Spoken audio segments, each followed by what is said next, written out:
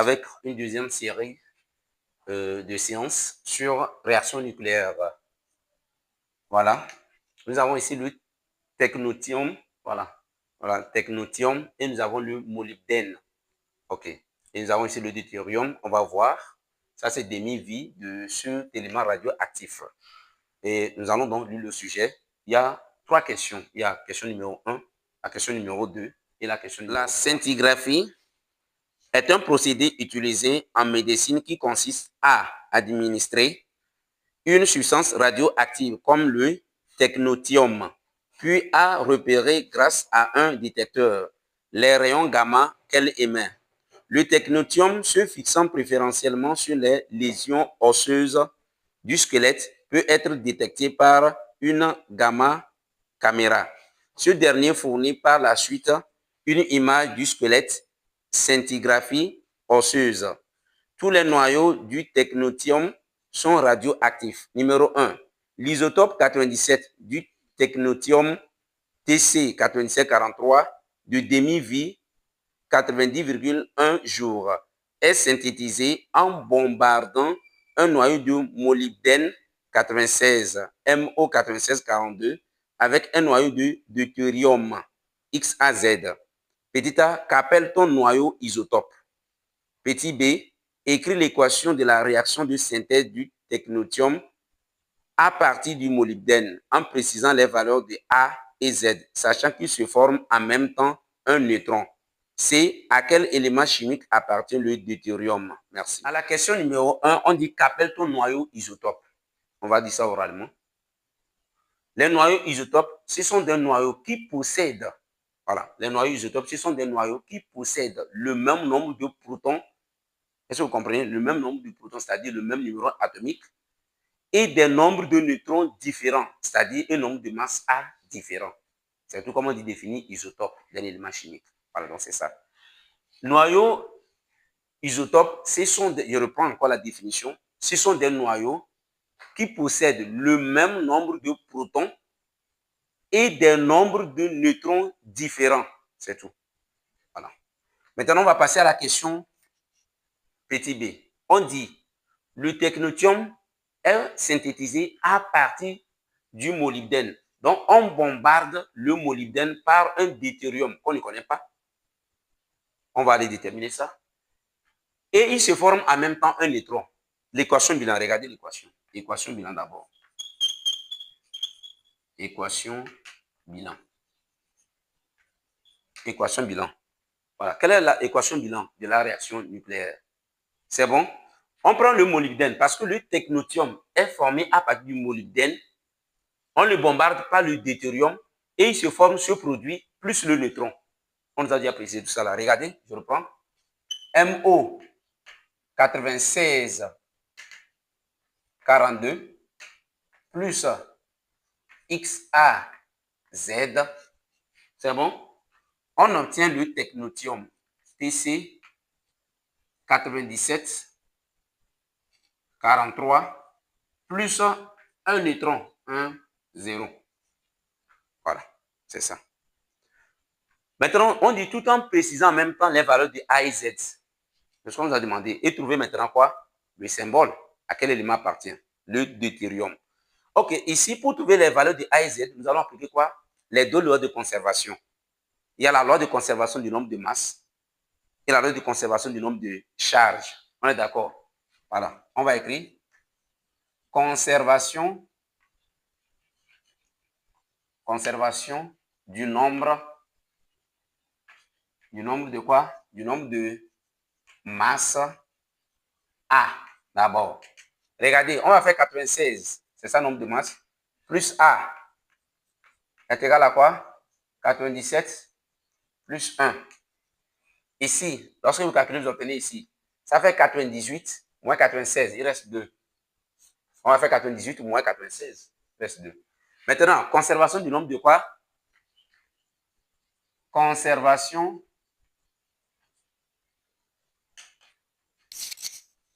du nombre de charges Z. Voilà. Conservation du nombre de charges. On va faire quoi? 42 plus Z égale 43. On obtient Z égale à combien? 1. Voilà. Si Z égale à 1, quel est le numéro atomique? Donc, on va donner maintenant le symbole de X. Donc, X à Z là, suivez, correspond à quoi maintenant? Ça fait H2, 1. Ça, on appelle le deutérium. Deutérium. Voilà. C'est ça, le deutérium. C'est regardez le symbole. Maintenant, on peut réécrire l'équation finale, si on veut. On reprend l'équation finale. Nous avons le molybdène, MO96 42, plus maintenant quoi? H2, 1. C'est bon? On obtient le technetium TC 97 43 plus le neutron 1 0. Regardez l'équation. Maintenant, à la question numéro 1 petit c, on dit à quel élément appartient-il? Donc, à quel élément appartient maintenant le deutérium? Donc, il appartient à quel élément? Quel élément chimique? L'hydrogène. Donc, on va dire Z égale 1. Vous avez H2, 1. Le deutérium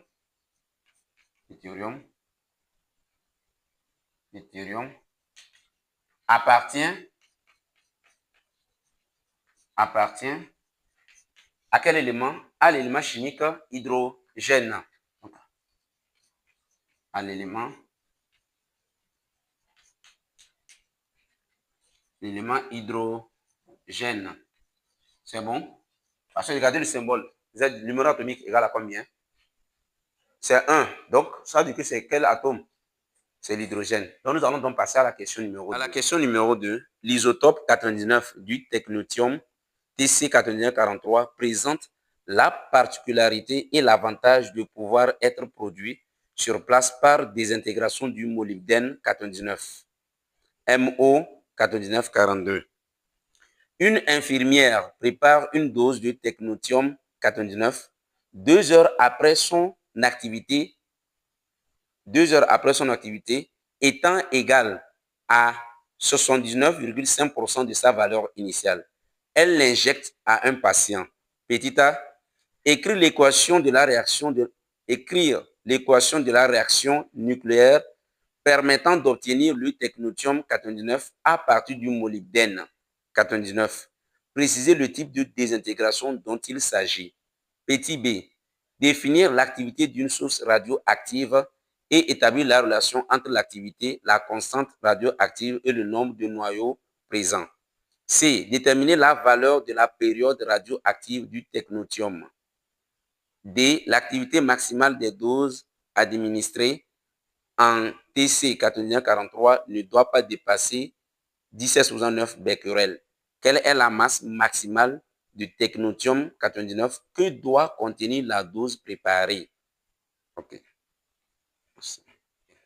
À la question numéro 2, on nous dit l'activité. Donc, une infirmière injecte du technetium à un patient. Et ce technetium 89 est obtenu à partir du molybdène. Donc, après 2 heures de son activité, on sait que l'activité de ce produit, du technetium, est égale à quoi? 79,5% de sa valeur initiale. Ça signifie quoi? L'activité à l'instant T doit être égale à quoi? 79,5% de l'activité initiale est égale à 0. C'est ça que j'ai traduit comme ça. L'activité du technetium après 2 heures doit être égale à quoi? 79,5% de sa valeur initiale. Donc, c'est ça. Maintenant, on dit d'écrire l'équation de la réaction nucléaire. Donc, à partir du molybdène. Donc, l'huile est formée à partir du CC. Quelle est l'équation bilan? Vous allez constater que, ils ont même nombre, mais ici, il y a une différence qui diminue. Voilà. Qu'est-ce qui va se passer? Donc, il faut bien regarder. Donc, ça veut dire que c'est quel type de réaction? Type de désintégration, c'est bêta moins. Voilà. Donc, on va écrire ceci. Regardez l'équation. Le molybdène MO99 42 donne maintenant le technetium 99 43 plus maintenant un électron plus un gamma. Voilà, donc regardez l'équation. Maintenant, type de désintégration. Type de désintégration.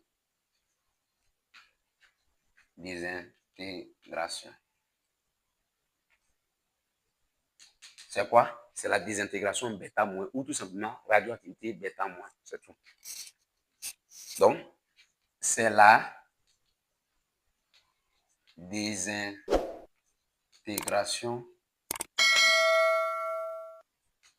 bêta moins. OK. À la question numéro 2, petit b, on dit définir l'activité d'une source radioactive. On ne va pas, on va dire ça oralement. L'activité d'une source radioactive est le nombre de désintégrations par seconde. Je reprends. Comment définit-on? On définit l'activité d'une source radioactive. Donc, l'activité d'une source radioactive est le nombre de désintégrations par seconde. On est d'accord? Voilà. Donc, ça, c'est la définition de l'activité. Maintenant, on nous a demandé de trouver la relation. Donc, on écrit ceci en même temps. Donc, définition. Voilà. Définition d'une activité. C'est déjà donné. Je reprends encore. L'activité d'une source radioactive est le nombre de désintégrations par seconde. C'est fini. Alors, la relation entre, on demande de trouver la relation entre l'activité, la constante radioactive qui est lambda, et le nombre de noyaux radioactifs présents, c'est-à-dire qui reste. Donc, la relation entre les trois là. C'est très simple. Par définition, l'activité d'une source est égale à quoi? Moins la dérivée de n par rapport au temps. Voilà. D'abord, il faut donner ça. Or, d'après la loi de décroissance radioactive, n égale à quoi? N égale à N0 expo moins lambda T. OK. Maintenant, qu'est-ce que je vais faire? Je vais dériver ceci là par rapport au temps. Je vais dériver ça là par rapport au temps. Regarde ce que ça donne. La dérivée de n par rapport au temps, on obtient quoi? Lorsque vous dérivez ceci, vous obtenez donc moins lambda n0 expo moins lambda t. Vous remplacez ça là, ici. Ça devient plus en même temps. Donc, on a a égale à quoi? Ça fait lambda n0 expo moins lambda t. Suivez. Est-ce que vous voyez quand même ce que je fais? J'ai dérivé ceci. Vous remplacez dans cette relation précédente, ça devient plus. Regardez en même temps, ça là. C'est en même temps quoi? N en même temps. Conclusion. A égale à quoi? D'où? A égale à quoi? Lambda fois N. Voilà, regardez la relation. La question numéro 2, petit c, déterminer la valeur de la période radioactive du technetium 99. Suivez. On nous dit de calculer la période radioactive du technetium 89. On dit quoi? L'infirmière prépare une dose de technetium 89. Après, donc, 2 heures après, son activité est égale à quoi? 79,5% de sa valeur initiale. C'est-à-dire, suivez, AT égale 2 heures. C'est bon? L'activité A là égale 79,5% de sa valeur initiale A0. C'est comme ça, il faut traduire ça. C'est bon. Maintenant, comment déterminer la période radioactive? On va aller pas à pas. On sait que quoi? A égale à quoi? Ça fait A0 expo moins lambda T. C'est bon. Maintenant, nous allons remplacer ça. A0, ça fait expo moins lambda T. On va remplacer. Alors, ça fait A0 expo moins lambda T est égal à quoi? 79,5% de A0. C'est bon? On simplifie les A. Là, on obtient expo moins lambda T égale 19,5%. C'est bon. Maintenant, on va appliquer ici, là. Vous avez 19,5%. On peut mettre ça 19,5 sur 100 en même temps. Là, on va écrire ceci. Expo moins lambda T est égal à 119,5 divisé par combien? 100. On va appliquer maintenant ln. Lorsque vous mettez ln, on obtient quoi? Moins lambda T est égal à quoi? Ln de quoi? 119,5 sur 100. OK. Or, on va aller pas à pas. Or, Lambda égale à quoi? Ça fait ln de 2 sur quoi? Sur t, la période. On peut donc remplacer. On peut donc remplacer ça ici, si nous voulons. Alors, regarde ce que ça donne. Si vous remplacez, ça fait t moins t fois ln de 2 sur la période. C'est bon? Est égal à quoi? ln de 119,5 sur 100. C'est bon, ça peut aller. Maintenant, c'est la période que nous voulons déterminer. Le temps t là, c'est ça qui est 2 heures ici. C'est bon? Alors, on va tirer la période t là. Donc, la période t du technotium est égale à quoi? Ça fait moins t fois ln de 2 divisé par ln de quoi? 119,5. C'est-à-dire, vous ramenez ça là ici. La période remonte là-bas, donc c'est ça. 119,5 sur combien? Sur 100. Voilà, donc c'est ça. Et on va remplacer. Ça fait 2 fois ln de 2 sur ln de 119,5 sur 100. Pour calculer, vous obtenez la période t est égale à quoi? 6,04 heures. Voilà donc. Regardez la période du technotium. Nous allons passer à la question numéro 2, à la question numéro 2, petit d. L'activité maximale des doses administrées en TC 9943 ne doit pas dépasser 17,9 becquerels. Quelle est la masse maximale du technotium 99 que doit contenir la dose préparée? Maintenant, on demande de calculer la masse maximale M0 du technotium que doit préparer. Ok, regardez. Par définition, la masse doit être égale à quoi? Masse du noyau fois N0. Le nombre de noyaux est égal à 0. C'est ça la formule, il faut retenir. La masse maximale doit être égale à la masse du noyau fois N0. C'est bon. Or, N0, comment trouver l'expression N0? C'est très simple. Rappelons-nous de ceci. Nous savons que l'activité A est égale à quoi? Lambda fois N. Ou bien, cette même activité A est égale à quoi? Ça fait 119,5% de sa valeur initiale A0. On a déjà parlé de ça. C'est bon? Or, A0, c'est encore égal à quoi? Ln lambda fois N0 aussi.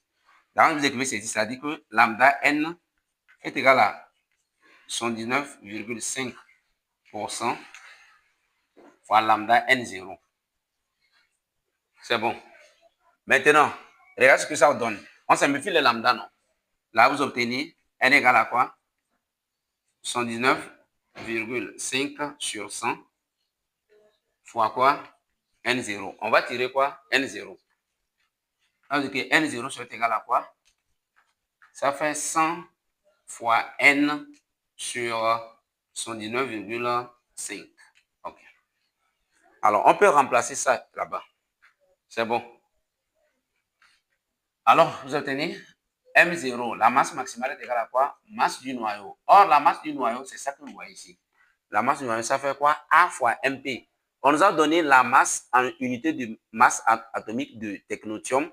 Ça fait 98,802 U.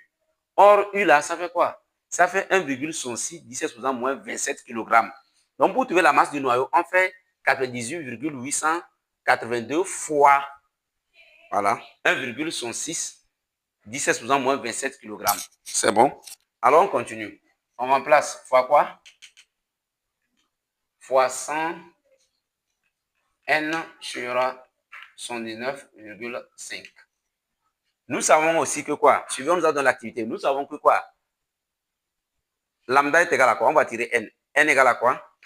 Dans cette relation, N, on reprend. A égale à quoi? Lambda N, non? Ou bien N égale à quoi? A sur lambda. Maintenant, on va remplacer ça là-bas. La masse maximale est égale à quoi? Masse du noyau fois 100 fois quoi? Fois A sur 119,5 fois quoi? Lambda. Or, lambda égale à quoi? Ça fait ln de 2 sur t. Lambda est égal à quoi? Ln de 2 sur t. On va remplacer. Quelle sera la formule finale? Regardez. la masse maximale est égale à quoi? C'est égal à masse, donc on va écrire 100 fois masse du noyau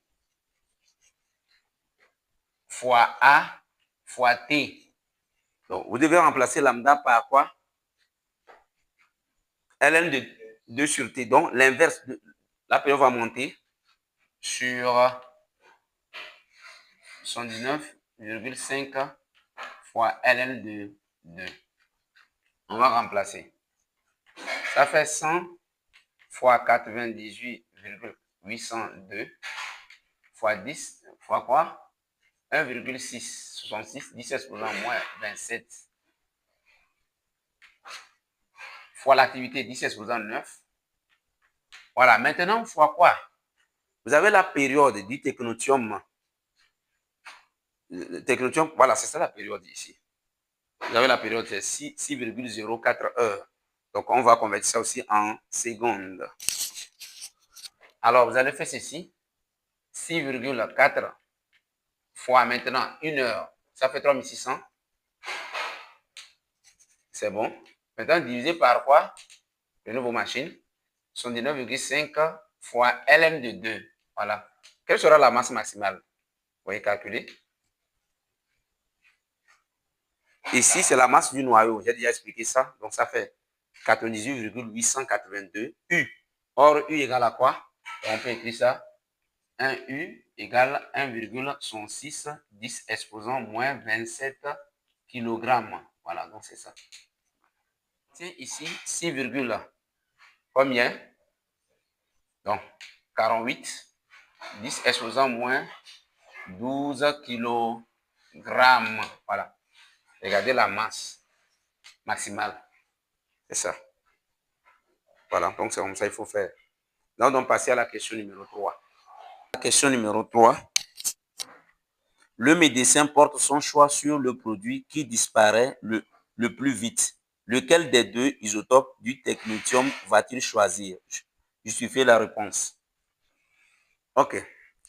À la question numéro 3, on dit le médecin veut donc le produit qu'il va préparer doit disparaître vite, le plus vite. Alors, nous avons deux isotopes. Il y a le technetium 99. Voilà, on n'avait pas écrit ça ici. Voilà, il y a le technetium 97, 43 et le technetium 99, 43. OK, regardez les deux isotopes. Lequel il va choisir entre les deux? Lequel il va choisir? On dit il doit disparaître le plus vite. Alors, quand on dit il va disparaître le plus vite, il faut voir leur demi-vie. Voilà, quelle est la demi-vie de ça là? Regardez, c'est combien de jours? 90,1 jours. Alors, quelle est la demi-vie de l'isotope là? 6,04 heures. Voilà, parmi les deux, quel est l'isotope qui va disparaître le plus vite? C'est le technetium 89. Donc, ça veut dire que le choix sera porté, on va dire quoi? Le choix sera porté sur donc, le technetium 89, 43, car sa demi-vie est plus petite. Voilà. Car sa demi-vie